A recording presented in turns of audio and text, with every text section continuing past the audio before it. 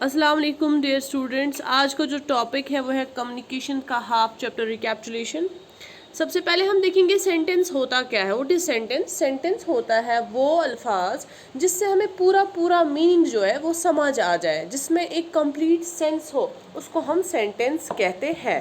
That means a group of words that gives us complete sense, that gives us complete communication, we can say it's a sentence. तो इसका answer आएगा a group of words that communicates a complete thoughtful. Next is which of these sentences use uppercase letters correctly. हमने जो यहाँ पे sentences दिए हैं इनमें से आपको बताना है इनमें से कौन सा सेंटेंस जो है वो करेक्टली लिखा हुआ है। I am hungry, Divya and Sunil are reading, the bucket is full of water, she lives in Delhi. तो इसमें जो आएगा वो ले आएगा she lives in Delhi. Next is which of these sentences are punctuated correctly. इसमें पंक्चुएशन कहाँ पे अच्छे से, दैट मीन्स फुल स्टॉप कहाँ पे अच्छे से दिया है, या क्वेश्चन मार्क या एक्सक्लेमेटरी मार्क, कैपिटल लेटर का इस्तेमाल, फुल स्टॉप का इस्तेमाल, कॉमा का इस्तेमाल, किस सेंटेंस में पूरा पूरा दिया है, हम उसको बोलेंगे ये पंक्चुएटेड करेक्टली है। This is Abdul's house, this is Abdul's house जो है इसमें कैपिटल लेटर भी है, फुल स्टॉप भी है और कॉमा भी है, तो दैट मीन्स ये पंक्चुएट करके करेक्टली है। Identify the subject in the sentence the children played football.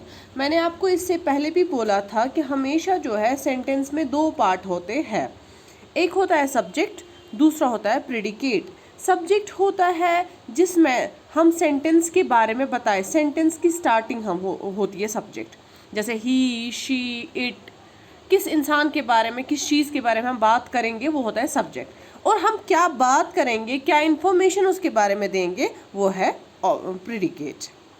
और हमें यहाँ पे बताना है द चिल्ड्रन प्लेड फुटबॉल, इसमें सब्जेक्ट क्या है, द चिल्ड्रन जो है वो है इसके subject. Next is the identify the object in the sentence the children played football. अभी हमने देखा कि द चिल्ड्रन जो है वो सब्जेक्ट है, तो बाकी जो बचता है इसमें ऑब्जेक्ट क्या है, फुटबॉल। फुटबॉल पे काम हो रहा है ना, फुटबॉल के बारे में हमें पता चल रहा है ना, क्यों बच्चे जो है वो फुटबॉल खेल रहे हैं, बच्चे जो है वो सब्जेक्ट है, और बच्चे क्या खेल रहे हैं, किस ऑब्जेक्ट के साथ खेल रहे हैं, that is object, that is football. Next is which of these sentence has both indirect and direct objects. कौन सा सब्जेक्ट, कौन सा सेंटेंस यहाँ पे है जिसमें दो ऑब्जेक्ट्स है, डायरेक्ट भी और इनडायरेक्ट भी। आई एम वॉचिंग टीवी, यहाँ पे सीधे सीधे एक ही ऑब्जेक्ट है TV. She bought a blue pen, एक ही ऑब्जेक्ट है, सब्जेक्ट एक है शी और ऑब्जेक्ट है blue pen. The girls played cricket, girls है सब्जेक्ट और क्रिकेट है object. He wrote his sister a letter, he क्या है, सब्जेक्ट, सिस्टर क्या है, यहाँ पे ऑब्जेक्ट है, और लेटर भी क्या है, ऑब्जेक्ट है, तो दो ऑब्जेक्ट्स इसमें है, तो इसीलिए यही वाला सेंटेंस इसमें आ जाएगा। Next is which of this sentence is in passive voice. इसमें से जो सेंटेंस है वो कौन सा इसमें से पैसिव वॉइस में है। They are watching a movie, the clock was repaired by Raju, he sleeping in the room, my pet dog bit the bite the postman. तो इसका आएगा the clock was repaired by Raju, किसी और ने, जो पैसिव वॉइस मीन्स किसी और person की कन्वर्सेशन जो हमने पढ़े हैं, दैट मीन्स इसमें आएगा the clock was repaired by Raju. You say good morning when it is, हम गुड मॉर्निंग कब कह सकते हैं, सुबह, सुबह के 12 बजे तक, हम सुबह के 11:59 तक, 11 बज के मीन्स यहाँ 12 बजे तक भी आप कह सकते हो, सुबह के 12 बजे तक हम गुड मॉर्निंग कह सकते हैं। तो 11 AM पे भी कह सकते हैं, 8 AM पे भी किसी को कह सकते हैं, 9 AM पे भी। दैट मीन्स इसका आंसर आएगा all of the above, ABC, तीनों इसके आंसर है। यू मे से हाई व्हेन यू मीट, जब हम किसी के साथ मिलते हैं तो हम हाई कह सकते हैं। यूर टीचर इन क्लास, आप अपने टीचर को बोलोगे हाई, नहीं, क्योंकि हम टीचर को हमेशा ग्रीटिंग करते हैं, गुड मॉर्निंग, अस्सलाम वालेकुम कहते हैं। A senior in the office, और ऑफिस में अगर कोई जैसे हेडमास्टर हमारे टीचर्स के सामने आएगा तो हम उसको हाई कहेंगे, नहीं, हम उसको सलाम करेंगे या ग्रीटिंग्स, गुड मॉर्निंग वगैरह कहेंगे। Your principal shop, your principal, और अपने प्रिंसिपल को भी हम ऐसा नहीं बोलेंगे, your friends at a shop. हाँ, अगर आपका दोस्त शॉप पे है तो हम उसको डेफिनेटली हाई कह सकते हैं।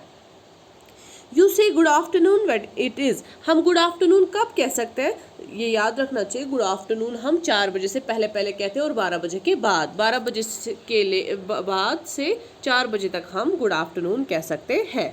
तो दैट मीन्स 10 AM पे नहीं कह सकते हैं, 11:59 पे नहीं कह सकते हैं, 6 बजे भी नहीं कह सकते, तो बचा 1, तो 1 पे कह सकते हैं। You say good evening when it is, हम गुड इवनिंग कब कह सकते हैं? 4 बजे के बाद जितना भी टाइम होता है हम उसको शाम को गुड इवनिंग कह सकते हैं। 11 सुबह की 11 बजे AM होता है, सुबह तक टाइम 12 बजे की, सुबह के 12 बजे तक AM आ जाता है, उसके बाद PM स्टार्ट हो जाता है। तो सुबह के 11 बजे हम गुड मॉर्निंग कहते हैं, 9 बजे भी हम गुड मॉर्निंग कहते हैं, 2 PM हम गुड आफ्टरनून कहते हैं, तो 7 बजे हम गुड इवनिंग कहेंगे। तो इसका आंसर आएगा good evening 7 PM। What are close ended questions? इनमें से जो है क्लोज एंडेड क्वेश्चंस कौन सा होता है? क्लोज एंडेड क्वेश्चंस वो क्वेश्चंस आंसर्स होते हैं जिनमें येस और नो हमें आंसर्स होते हैं। Which of these are open ended questions?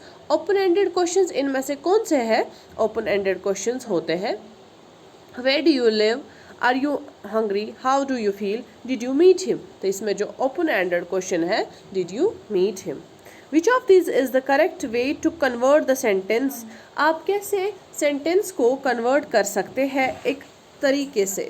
You are studying into a question, आपको यू आर स्टडिंग को क्वेश्चन बनाना है। यू आर स्टडिंग तो हम लिखेंगे नहीं, स्टडिंग यू आर हम ये भी नहीं लिख सकते। Are you studying, are you studying जो है हम बोलेंगे क्या आप पढ़ रहे हो।